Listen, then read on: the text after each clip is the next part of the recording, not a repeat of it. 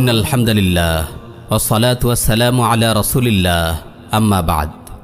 কবরের আযাব, কবরের ফিতনা বড়ই কঠিন। তবে আল্লাহর সৌভাগ্যবান কিছু বান্দা এমন রয়েছেন যাদেরকে আল্লাহ তাআলা কবরের এই কঠিন ফিতনা থেকে হেফাজত করবেন। আজ আমরা সহিহ হাদিসের আলোকে এমন কতিপয় মুমিন এবং তাদের মহান আমলের কথা আলোচনা করব। আল্লাহ রাব্বুল আলামিন আমাদেরকে ওইসব সৌভাগ্যবান বান্দাদের অন্তর্ভুক্ত করুন যারা কবরের আযাব ও ফিতনা থেকে নাজাত পাবে। 1. শহীদ। প্রিয় ভাই ও বোন, আল্লাহ রাব্বুল আলামিনের যেসব মহান বান্দা কবরের আযাব ও ফিতনা থেকে মুক্তি পাবেন তাদের অন্যতম হলেন শহীদ।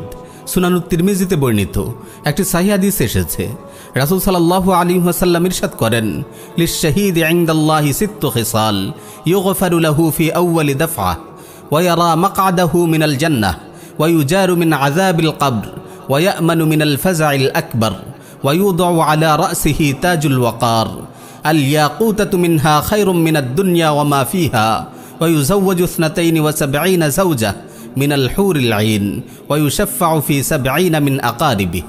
শহীদের জন্য আল্লাহর কাছে 6টি পুরস্কার রয়েছে। প্রথম রক্তবিন্দু জমিনে পড়ার সঙ্গে সঙ্গেই তাকে ক্ষমা করা হয়, তার জান্নাতের বাসস্থান তাকে দেখানো হয়, তাকে কবরের আযাব থেকে রক্ষা করা হয়, আর কিয়ামতের মহাভীতি হতে সে নিরাপদ থাকে। তার মাথায় মর্যাদার তাজ পরিয়ে দেওয়া হবে। এর এক একটি ইয়াকুত পাথর দুনিয়া ও দুনিয়ার সব কিছু হতে উত্তম। আয়াতলোচনা 72 জন হুরের সঙ্গে তার বিয়ে দেয়া হবে। 70 জন নিকটাত্মীয়ের জন্য তার সুপারিশ গ্রহণ করা হবে। সুবহানাল্লাহ! শহীদের এত বেশি ফজিলত। প্রিয় ভাই ও বোন, শাহাদাত আসলে একটি ঈর্ষণীয় সাফল্য, একটি সুমহান মর্যাদা, মুমিন জীবনের মহা গৌরবময় অর্জন। আল্লাহ রাব্বুল আলামিন আমাদের সবাইকে এই মহান মর্যাদা অর্জন করার তৌফিক দিন। 2. মুরাবিত বা আল্লাহর রাস্তার পাহারাদার।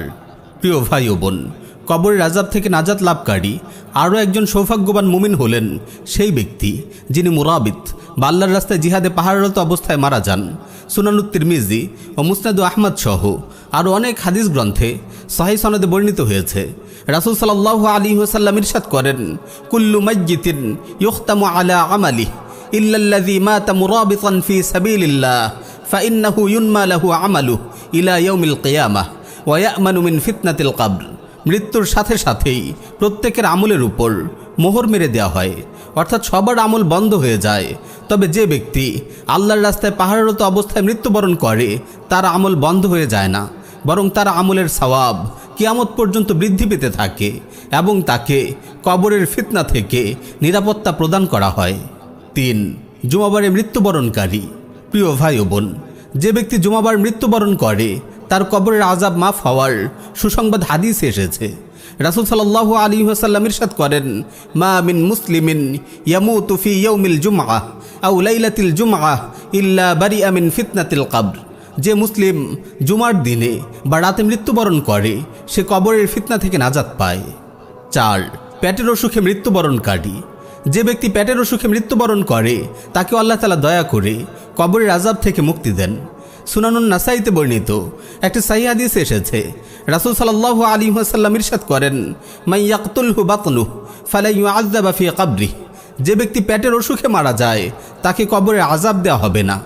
পরিশেষে দোয়া করি, আল্লাহ রাব্বুল আলামিন আমাদের সবাইকে কবরের আযাব থেকে নিরাপদ রাখুন, আমাদের শাহাদাতের মর্যাদা দান করুন, আল্লাহর রাস্তায় পাহারাদার হওয়ার তৌফিক দিন, আমাদের জুমা বাড়ে মৃত্যু নসিব করুন, আর আল্লাহ না করুন কখনো যদি পেটের অসুখ হয় তবে সবর করার তৌফিক দিন। আমিন ইয়া রাব্বাল আলামিন।